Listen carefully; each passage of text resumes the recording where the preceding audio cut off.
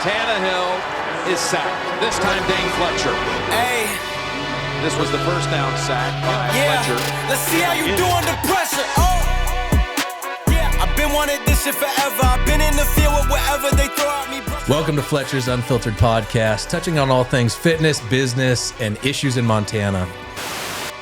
Welcome to episode 11 on Fletcher's Unfiltered podcast. Today was not anticipated. There's no script. There's no agenda because my buddy Niko Koutouvides. Nico, welcome to the podcast. Thank you for having me, Mr. Fletcher.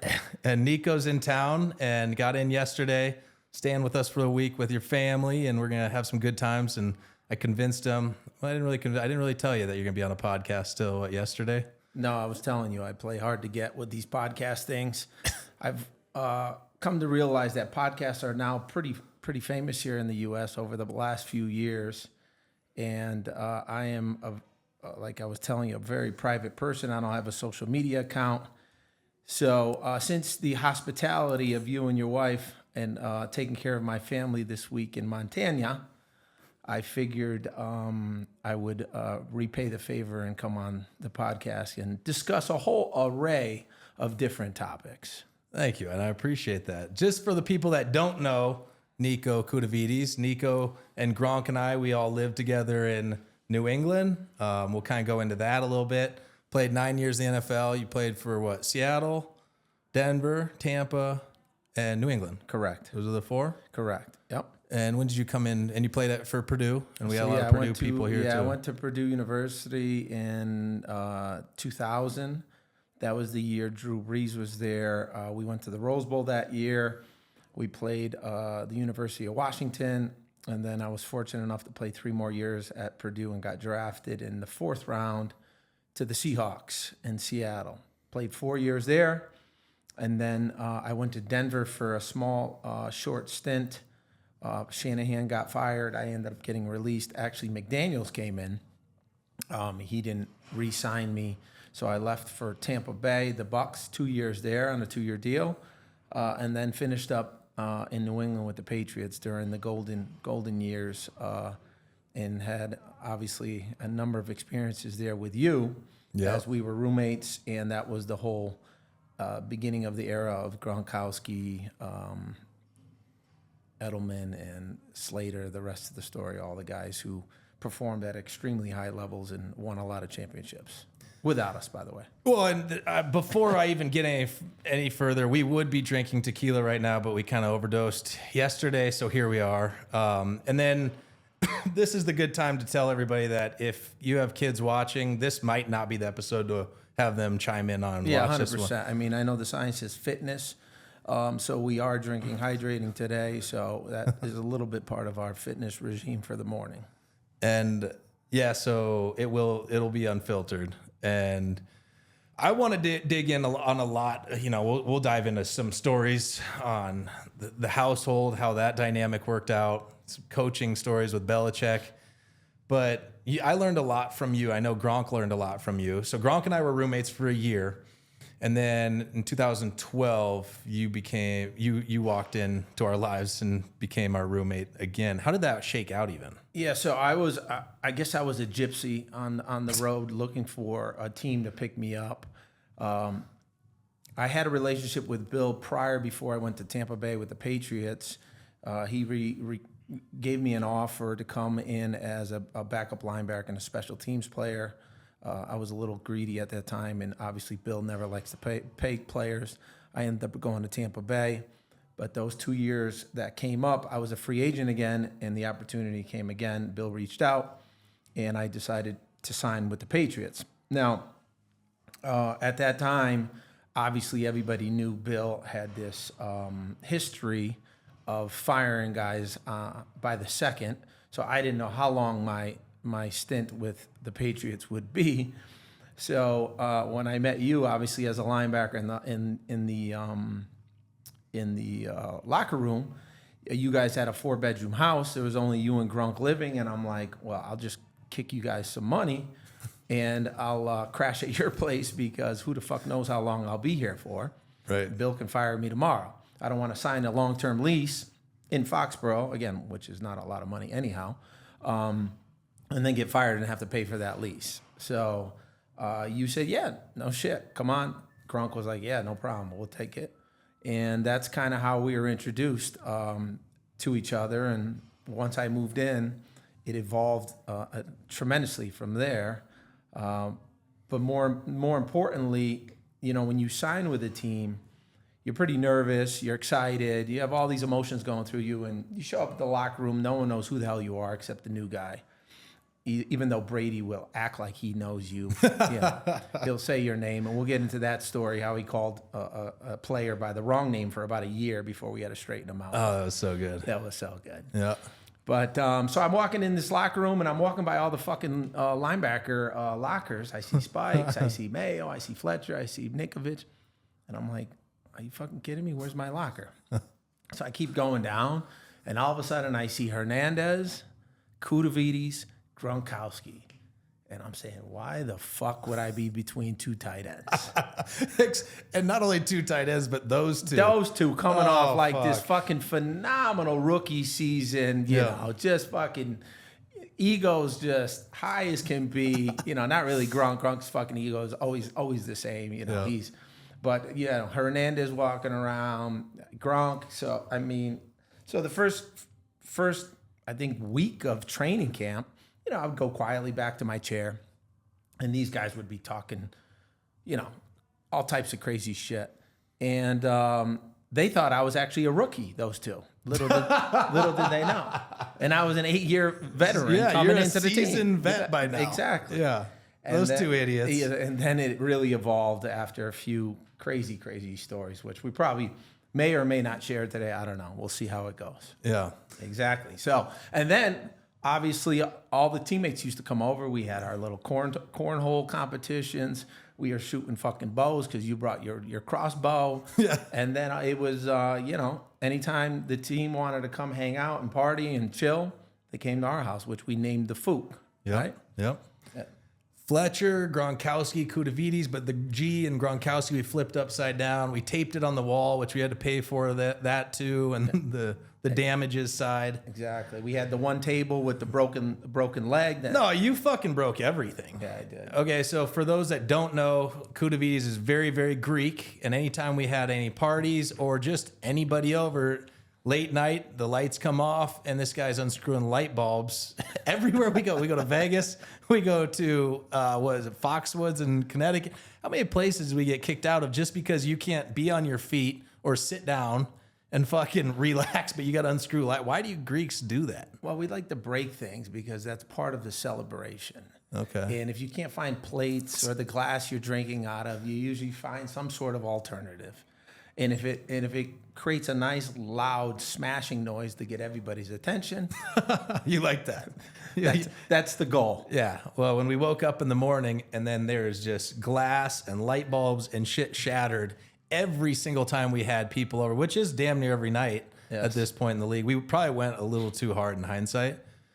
I don't know what that means, but eventually Gronk and I had to have a powwow together. Like, this fucking guy's crazy. He just always is breaking shit. So we had to hire a cleaning lady to come every fucking day to the house to clean up so we didn't have to step on glass. That's all right. That's all right. We had the money. We let the lady clean, let her make a living itself. So we were becoming the stimulus package for the Foxborough location, right? Yep. We were getting money, and we were putting that money out to work for someone else to make a living. It's great. Yeah. It's capitalism at its finest. Giving back to the community. Absolutely. You see business in there too. Yeah. Speaking of business, you were always on top of your game. If one thing I learned the most from you as a seasoned vet was to be prepared for the retirement game. Like, you always said, it's going to come. You never know what's going to come. Be prepared for it. So every morning we came out of our rooms, you would have your newspaper open. You would have the news rolling. You were drawing shit up. What the fuck were you always doing? Well, you guys were going on your second fucking year at the time. And then obviously both you guys had great seasons, riding high. And again, when you're that young, you were probably 21, 22 years old, something like that. Right. When you're that young at that time, you think football's never going to end. I was going into, I just came off of like my third contract, playing for Bill, who it's going to end very, very soon. I just don't know how long from there. So I was starting to prepare myself because, again, I made a decent amount of money, really good money from a relative perspective, right? You know, a small percentage of the guys make fucking the crazy amount of money, but when you bring your lunch pail to work, you're making a good living. And I wanted to make sure that I took that money and invested it properly, because you work so fucking hard your whole life to compete at the highest level. And the last thing you want to do is go out and, you know, waste that money on some nonsense. So at that time, we had the collective bargaining disagreement with the owners, right? Yep. So we had the lockout.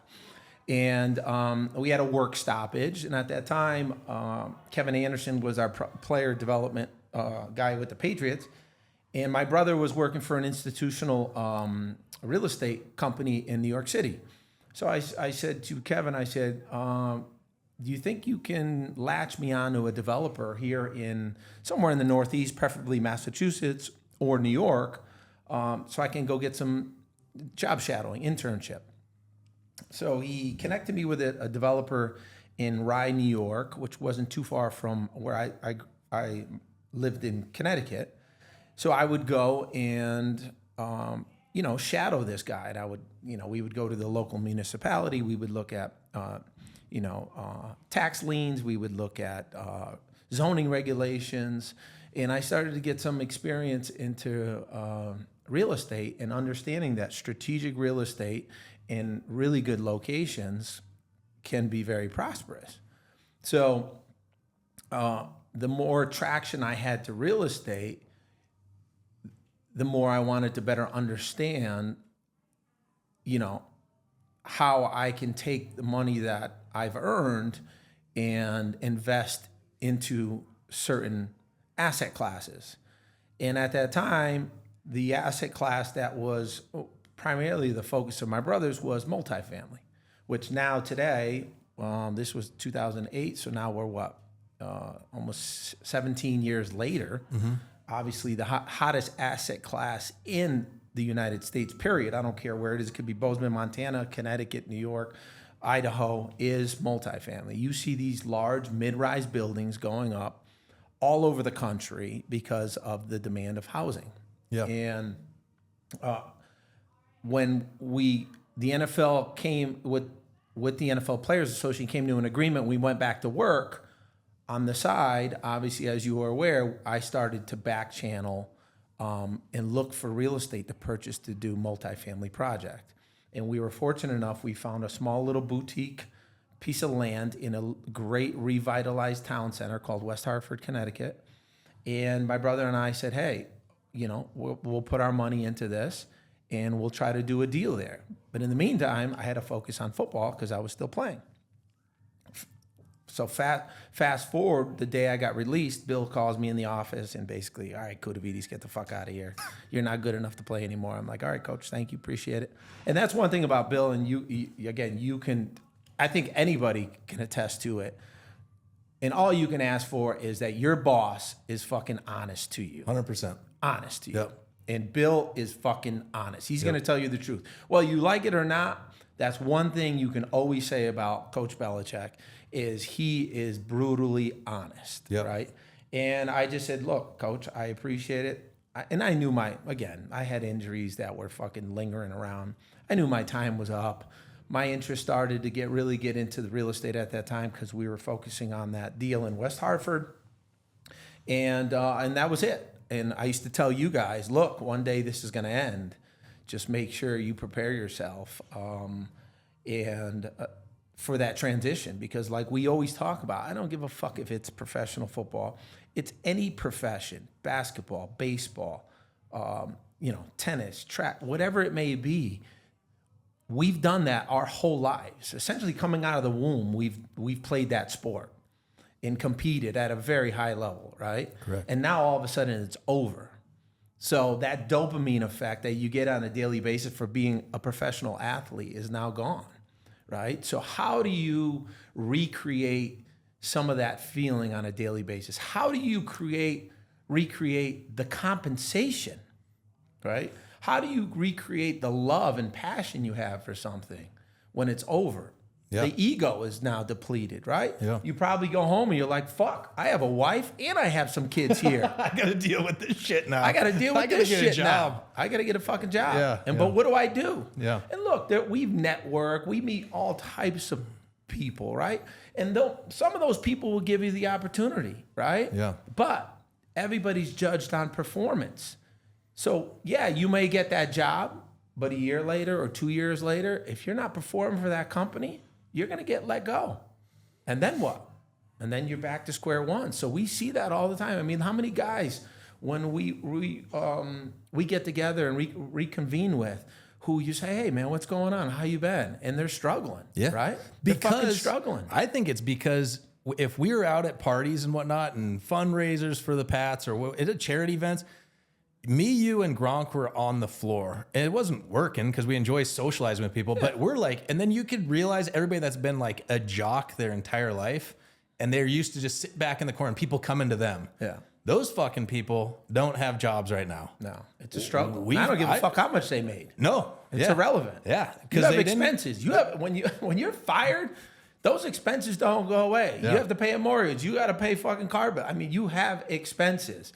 And if no revenue is coming in, how do you pay for that other than your bank account continuing to decrease slowly but surely? Yeah. Yeah, you can go do an appearance, make $5,000 here, $10,000 there. But again, if you've made, the more you make, the more expenses you really have, unless you're extremely conservative. Like Gronk is a fucking anomaly, right? Yeah. That guy made a tremendous amount of money, but he had no debt. He didn't spend a lot of money either. He is what you call a fucking simpleton. He had the same fucking shoes on that he got in 2013. Well, Super Bowl year. It was the first year you came in. Yeah. 2012. I remember we all got these Nike shoes on. We were up at your place last year to golf, and we stayed at Gronk's place in New York. And I looked down, and I was like, those are the same shoes we all got in 2012. And he just giggled. And he's like, yeah, these are probably those ones. I was like, no, those are 100% those ones. Fucking guy does not care. That season we went to the Super Bowl, he fucking wore the same suit. And he didn't wash it or bring it to the dry cleaners. He would take it off. He would throw it in a corner in his room. I can still see it to this day. Yeah. It's fucking wrinkled as hell. Yeah. And then he would grab that same suit, bring it, rewear it for every single game. Yeah, doesn't care. Doesn't care.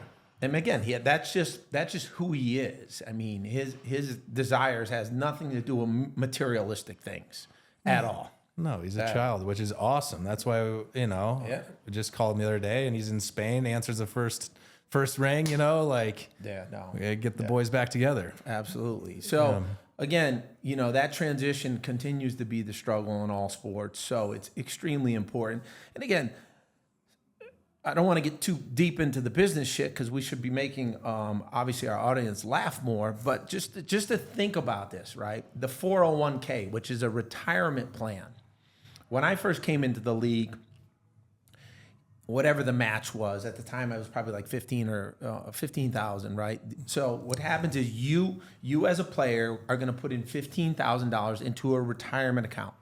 And the club, the organization, okay, so the Seahawks at the time, have to match that, okay? That's free money, right? You are essentially taking free money and putting it into a retirement account. Yeah. Okay? Yeah. For it to accrue. So at some point in your life, hopefully you're not fucking, a paraplegic fucking because football, the violent game beat the shit out of you. Yeah. You can enjoy some of the fruits of your labor. Is sitting there.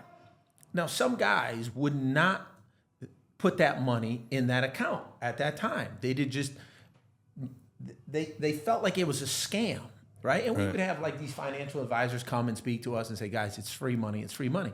So then, I don't know how many years later, maybe 7 or 8 years later, the NFLPA made it mandatory that the player had to put a certain amount of dollars into that 401k because the club has to match it. Right. It's free money going into your retirement account. But that just goes to show you, if you're not educated enough to truly understand how the retirement plan works and some of the benefit works, and you don't take advantage of those, you're just going to create more hardship for you after you're done playing.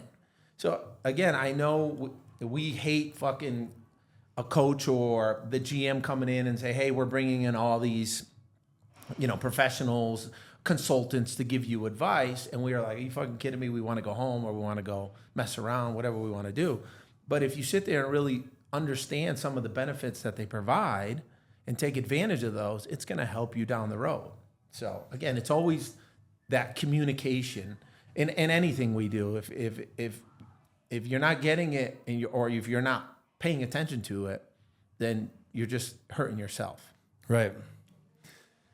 I mean, it's just taking the extra step just to pay attention to what the fuck they're... Exactly. Anybody, whether you're in school, high school, middle school, exactly. Just take the extra step to actually learn the shit that they're trying to push at you, because then you better understand it and you can actually apply it. Then you can make a decision. Yeah. Right? You can make a methodical decision on what you heard based on what they were communicating to you, whether you like it or not. But you can go ahead and make that decision. Right. Well, I stole it right after your playbook because I saw how much work you put into the apartments and everything like that you were conducting, and then boom, you're released, and X amount of years later, 3 years later, 3 years later, then it's my time is up, and Bill brings me into the fucking room. I'm like, oh shit, this is the time. But I was ready too. That off season before, I flew back with Tom on his jet. I had blueprints of this place, the pit, ready to go. This is what I want to do. I'm bringing in front of Tom. What do you think about this? He gave me no real good advice, but, at least I listened. Bullshit, too. Fucking Tom. And so let me tell you guys a fucking story about this. So Belichick has got us all in this team meeting, okay? And we played in New England, but a lot of guys lived in warm weather states, okay? And it didn't matter. We were going on some sort of break, whether it was for Thanksgiving or Christmas, whatever. We had a small period time off. And Bill said, I want you guys to make sure we live in New England and it fucking snows here, okay? So everybody's got to prepare for the snow. I don't want anybody calling me, telling me that your flight got delayed. That's fucking bullshit. You need to pre-plan. You need to get here early enough in time, whether you got to come back a day early, 2 days early. I don't give a fuck. I do not want to hear delay. Fucking delay. I will fucking fine your ass. I'll do everything I can to make you suffer. And then Tom raises his hand. Coach, what do you mean a flight is delayed? And here we go with this fucking private plane bullshit. Okay, Tom has enough money where he gets on a fucking private jet all the time. You tell him when to go. And they just sit there and wait for fucking Tom. Oh, he's not here yet? We'll just keep waiting. Oh, he's not here yet? We'll just keep waiting. So he thought it was really fucking funny to mock the rest of us of how rich he really is. Yeah, he got us. So I'm glad he at least gave you a fucking ride back to Montana now that he's invaded your state. It was awfully nice. Now he's brought all the Californians he's fucking invaded your state. Fuck. Believe that? Well, how about this? And then they go up and they probably have their butlers, right? What are they? They had a car service take them up to Yellowstone, right? Yeah. Do they wipe their own ass? Tom doesn't. No. They got people to do that. All right. What? Embarrass Tom on the Rivera one. All right, yeah. So Tom takes pride of knowing every player's name on the team. He knows fucking everybody. The janitors, all the way to the equipment guys to the players. And Tom's fucking great. I mean, he's very respectful and he's awesome dude. But when you have a chance to fucking jazz Tom, and I was older at the time. I don't know. I was 9th year. Tom was, I don't know what year it was in, probably 13 or 14, something like that. Anyhow, I was considered a veteran at the time. But anyhow, we were walking off of the field one day, and we had a kid named Mike Rivera on the team. And I don't know, Mike must made a good play on Tom, and Tom goes, hey, Mark, that was a great play out there, this and that. And, we're kind of walking a little bit, and I'm processing it. And I said to Mike, did he just fucking call you Mark? And he goes, yeah, he's been calling me Mark. And I'm like, you're not going to fucking say something to the guy? He's like, nah, it's okay. We go, no, fuck this. No. Tom's getting called out on this. And we put him on blast in a team function meeting. You and Ventrone. Yeah. Ventrone tore into him. Tore into him hard. And we put him on blast to jazz him. It was great. Yeah. Ventrone ran one of his poems up there. Yeah. And then... Mike Rivera, please stand up. And then Mike stood up, and Mike doesn't have a fucking clue where this is headed. And he goes, "Hey Tom, would you also stand up, by the way? Tom, meet Mike Rivera. That for an entire season you've been calling Mark." Tom turns bright red. So fucking good. It was so good. Nobody was safe in that locker room. Nobody was safe. It didn't matter how good you were or bad you were. No. Didn't matter if you're a coach. I mean, Benson got a hold of Belichick. I think that's why he got cut so fucking many times. He picked on Bill, but nobody's safe. It was the locker room is a sacred place, and there's a lot of shit that goes down in that locker room, and that's what I miss the most about the sport. You know, people will say, "Hey, it's training camp, it's regular season. You know, do you miss football?" I said, "Not really. No, I don't miss being sore, getting up every day. You know, playing the gladiator sport. I mean." You know, your body's just beat the fuck up all year round, right? But the locker room is just a special fucking place, man. Yeah. When you can get a group of guys, right, that come from all fucking different walks of life, everywhere, put them in a fucking in a space together where they go out and compete every day. They come back. They hit the weight room, the training room, cold tubs, hot tubs, showers, training facilities. You're with each other nonstop. I mean, just the amount of stories and bonds you create there alone just lasts a lifetime. And those are the things that I really take home with me, that I really miss. You know, just being a part of that again. And you know, when I was with New England, I was a little bit of a character in that locker room, so we definitely made it fun, and then no one was off limits, nobody. Just like when Tebow got traded over, I mean, you fucking gave him hell. We had our own table. It's almost like being back in middle school again. We got our own table, me, you, Vereen, Gronk. We got our crew, Ventrone, and Tebow tried to sit with us. Nah, Timmy boy. Well, again, it's the perception versus reality, right? Tebow was probably, I would think, top 5, one of the greatest college football players ever, right? Yeah. I mean, hands down. I mean, the guy, what he did at the University of Florida was He's surrounded by a hell of a team, but I'll be that guy. Again, he had a great surrounding cast, but again, what he did was phenomenal. And then, you know, obviously there was the struggles in the league, and, you know, the perception of the holy of the now and very religious person, you know, and I was no one's off limits. Nope. Nobody. And that's our sacred place, right? So when I saw him, naturally, just me being the asshole that I am, I obviously called him out on a couple things, embarrassed him a little bit, and then I don't think he really spoke to me after that. No. But again, it's all fun and games, and he's got to understand that. But I think he was a little soft for our crew. He couldn't hang. And look, some people fit the mold of our crew, and some people didn't. And again, if they didn't, we probably jazzed them a lot more. Who was the easiest guy in the locker room to pick on? Fucking Ninkovich. Come on, are you kidding me? Who's probably home right now talking shit about ESPN, right? He's fucking just so bitter how he got fired from ESPN. And again, ESPN gives a lot of guys the opportunity to go on TV, right? Yeah.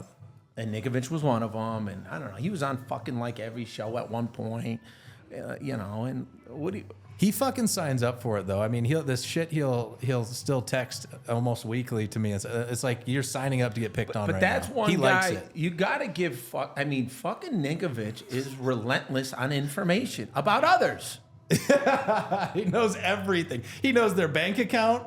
He knows their stats. How much they made, what they signed for. Like, it's fucking insane how much time this guy has to research. You know what? He should be a fucking analyst. Like, not like on TV analyst. He should be an analyst for the data side of things. Like on DraftKings or something. Exactly. He should feed the sports analyst on TV information. Because then it kind of takes his hatred out. Because he's never said like, oh no, this guy got X amount of touchdowns. He's a good player. It's never that. No. It's no. He ain't worth it. He ain't worth it. So we love him to death, but yes, he's a fucking royal pain in the ass sometimes. Always. But that's Ninkovich in a That nutshell. is. I'm glad you said that because I concur with that one. We were at an event not too long ago. I think it was some sports marketing event. And there's these kids trying to come up in the industry, and he's just shitting on ESPN. Again, I don't... Now it's the worst broadcasting center in the U.S. Again, the whole sports world now is, even from an opinion analyst perspective, it's fucking crazy, right? I mean, just think about the NFL, the target audience. I mean, games are on Peacock now. I mean, Netflix? Yeah, right? It's all about the fucking money. I mean, these guys, the NFL, Goodell is continuing to expand the game globally to become as popular as soccer. Right. I mean, there's a game. There's a game in Brazil this year, right? There's been games in Germany. We played in London. I played twice in London, right? In the UK. Did you play once or twice? I didn't. I was supposed to go. I tore my ACL right before in that preseason. Yeah. That was 2013. That sucked. Yeah. Yeah. So, I mean, and they're going to continue playing in other countries to try to continue. And then now you have flag football as an Olympic sport in 2028. Yeah, the pussification of America continues with that one. You got adults playing flag football. I don't get it. I mean, what is it? Flag football is kind of like soccer without the ball, right? Yeah, I guess like my kids do it, but they're 6. Yeah. There's got to be a point where you throw the pads on and you hit. I don't know. Yeah, and then I don't even know. I mean, what is a kickoff now in the NFL? I can't even keep up with the kickoffs anymore. I can't even explain a catch anymore. No. Fumble. I feel like we played roughing the passer in the last era of football. I feel like we played at the last tough era of football. Like, and Pepper Johnson would speak differently because every time he would call us pussies. Hey, we're pussies because of this rule and that rule, and we probably are in a certain level. The guys who played in the 70s and 80s, they at least the fucking locker room was like Studio 54 in there, fucking smoking butts, drinking alcohol, getting any fucking pain med they wanted. I mean, now it's like, a lot more restricted. Right. A lot more restricted. But there's a lot more media involved, right? Everything's on a fucking cell phone these days. It's crazy. Everything's on a cell phone. I mean, there was a couple players like players now videoing their coach giving like end of the game speeches. Yeah. Now, what in your mind, right? In the locker room, why would you put video on as a player? Other than if you're celebrating because you won a championship or like that. I mean, again, common sense has to fucking overcome stupidity at some point. And I think getting rid of Sleepy Joe and now bringing back our boy Trump, we're at least starting to see that. But as a visitor of the great state of Montana, I do recognize a lot of people drive Subarus. And I'm trying to understand... Can you take me through the mentality, okay, of a husband, a wife, or a significant other, and we're going to research a vehicle purchase, okay? Yeah. And what methodology they go through to eventually come to a common denominator. Let's go to the Subaru dealership and let's go buy a Subaru. And then how many models of Subarus are there? I'm just the guy. No, I want you to cycle. No, you live in this state. No, don't start this bullshit. Yeah. You live in this fucking state. I got to understand these people. I want you to psychoanalyze a husband and a wife doing research to purchase a fucking Subaru. They're everywhere. Everywhere I go, I see them. Right? You know it's what insane. they do? You know what they do now? And then you drive this fucking monster truck. Yeah, and I drive it this far behind the Subarus just to let them know I'm there. But I think the whole Elon Musk thing fucked him up. We're all for electric cars. We love these fucking things. Save the environment. Yep, save the environment. Yep. And they go, oh, shit, he supports Trump this much, so now the Subaru dealership probably just pumps full because it's better gas mileage, and we don't have to support that asshole. Wow. That's probably but Bozeman's like the mecca of Subarus, dude. I couldn't believe how many Subarus are on the roads. You can fit 16 dogs in that fucking thing. That's the good thing. You get 16 dogs in a Subaru. All right. And they all got names. Instead of having me on the fucking podcast, why don't you get someone who owns a fucking Subaru on the podcast? They're going to be a lot more entertainment than I am. That'll go politically. That'll be good. Yeah, you should. Yeah, I know. All of our commissioners probably are in the fucking Subarus, so that'd be good. Get them out of here. We got more chairs. Yeah. I'll fly back out to fucking investigate this more. Seriously. Well, that's the double standard that Bill's fucking laying down right now. And I'm not trying to shun Bill because I think I respect Bill a lot. I know you do. We both have good relationships with Bill, which this podcast here might fucking ruin my relationship with Bill, but so be it. Fucking, he fined my ass 10 grand for I had a trainer take a picture of me after an ACL and it was posted, right? Okay, was posted on the practice field. He fined me 10 grand for that. And all he said in our meeting rooms, what? Get off of my face, get off of social media, pack all your shit. Don't talk to friends or family or anybody until the year's over. We got a Super Bowl. Is that wrong? You block out block out all of the noise, right? Block out all the fucking noise. And is this dude on every media platform known to mankind with his 24-year-old girlfriend right now? You know what? It's tough. You had the fucking Brady roast, right? Which was crazy. Yeah, that was so good for America. It was so good. Yeah. It was so good. It finally brought back like real comedy again. Yeah. Without all these fucking people canceling and all that. But what a fucking roast that was. That was phenomenal. Right. It was great from start to finish. Obviously, Bill made an appearance on that as well. That was I think this is mind fucking a lot of people. Because the Bill that we always know as our employer and our boss, and, Bill's a funny motherfucker. Yeah. He's got dry humor. Fuck yeah, all he's day awesome. long. Yeah. So, obviously he's tough on the media and he's not giving them a lot, but he is extremely funny. But, again, I'll try to psychoanalyze Bill a little bit. Is it prefrontal cortex that makes the fucking decision making? Sure, neither one of them have that, anymore. whatever. Yeah. Anyhow, the wiring mechanism related to PDA, for those who don't know what PDA is, it's public display of affection. Okay, public display of affection. So PDA. I don't know if Bill's fucking prefrontal cortex wiring system is like the normal individual. I think there's some sort of fucking breakage there where it connected to like a different nerve or something because he's done some fucked up shit on PDA that even has all of us like shaking our heads like, what the fuck is going on here? Yeah. So again, maybe at some point, maybe he's got a therapist he talks to. And we'll write a book someday, and we can better understand this situation. He probably is just fucking with us. Yeah, all he's done is fuck with me my whole career. I think, you know what? I think the whole going to college thing was no one was expecting.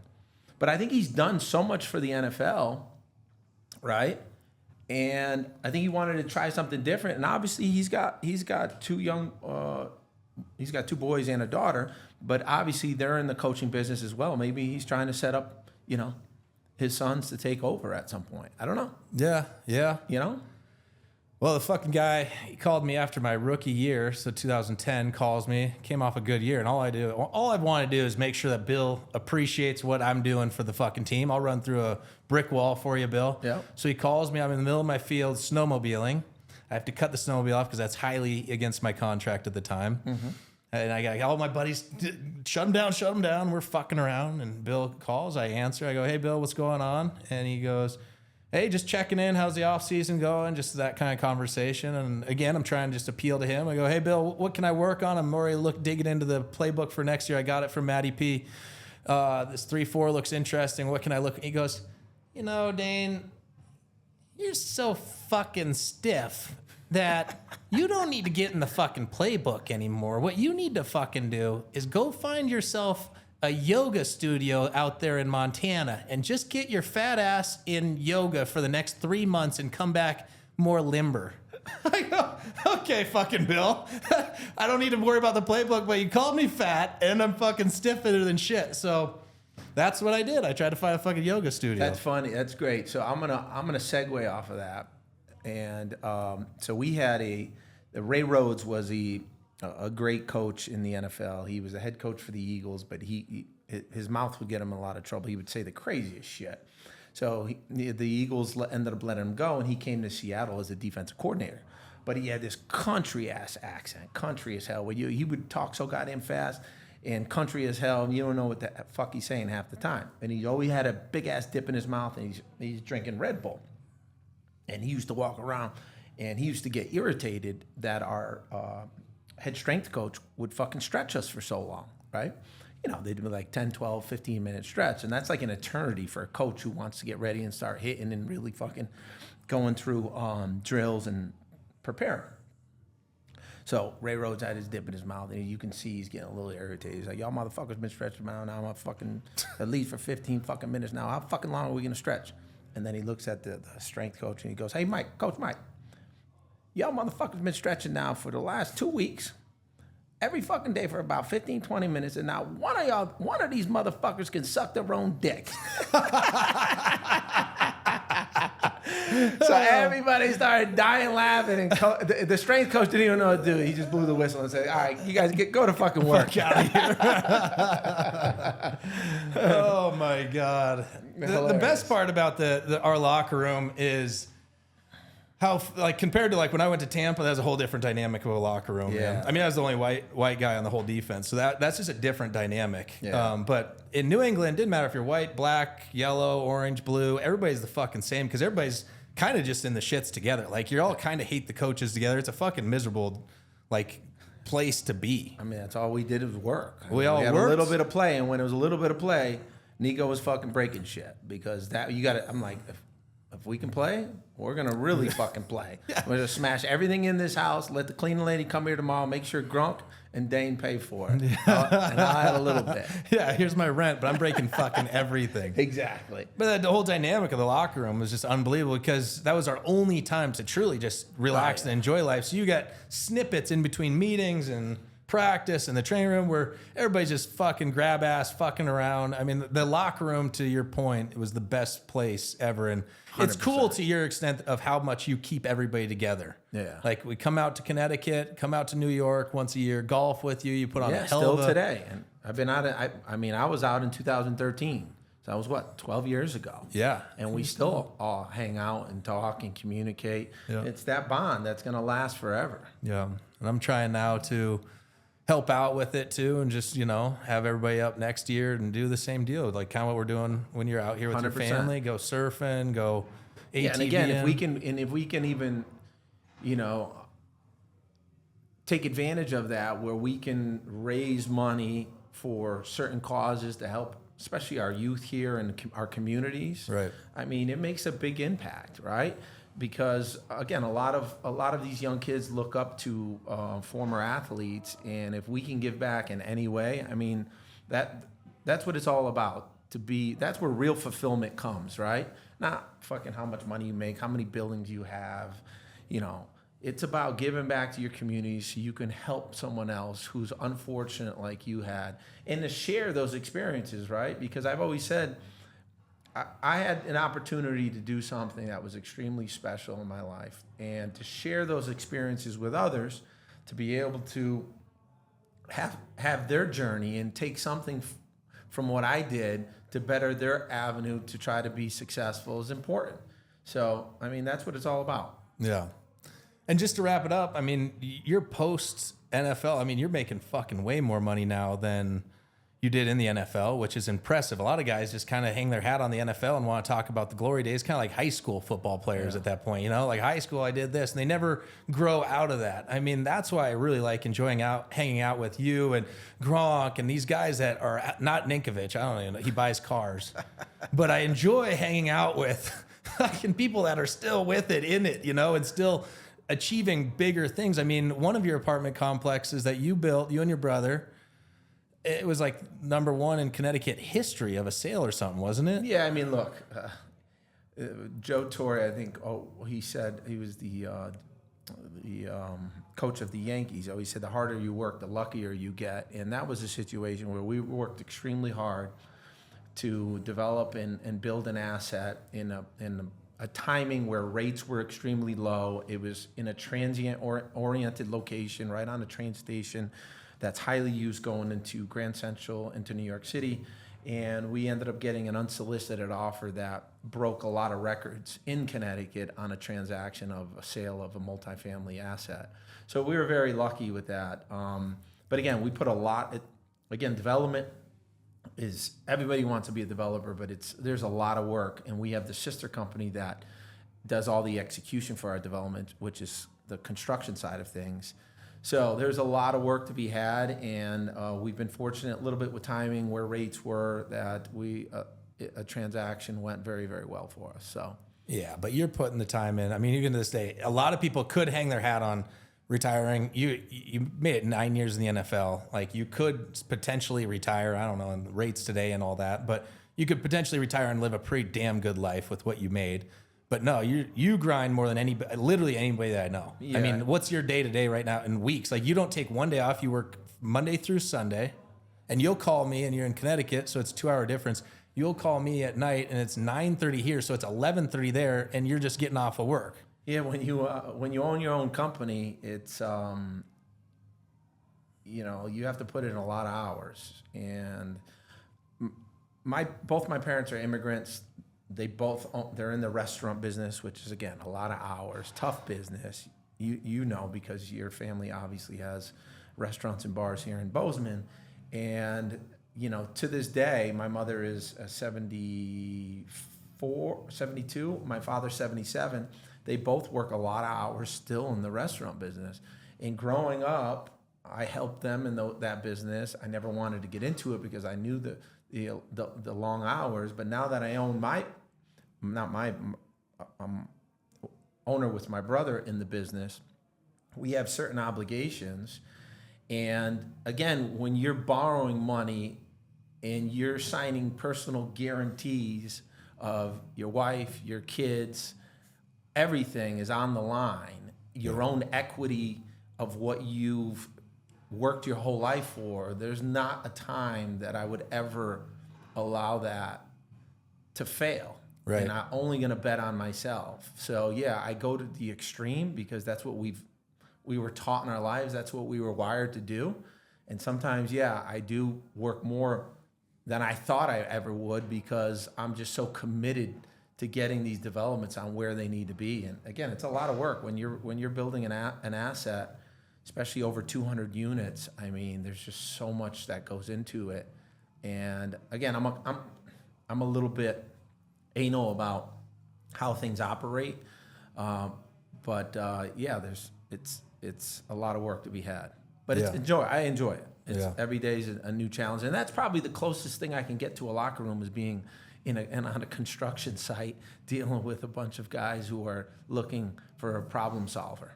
Yeah, and all you do is, you're on the phone this morning bitching at people. Yeah. So that's kind of what you're used to. You're good at it. You just like to wake up and just start bitching at people right away. So. Unfortunately, there's a lot of incompetent people out there, and it's hard for me to comprehend some of the stupidity that can take place. But it's out there. It's out there. All right, man. Well, we got to get out of town. I appreciate you being here. Thank you for the sneak attack of a podcast, even though you didn't have much of a choice. No problem. Thanks for being on. Yeah, man. Thanks, guys. Appreciate it.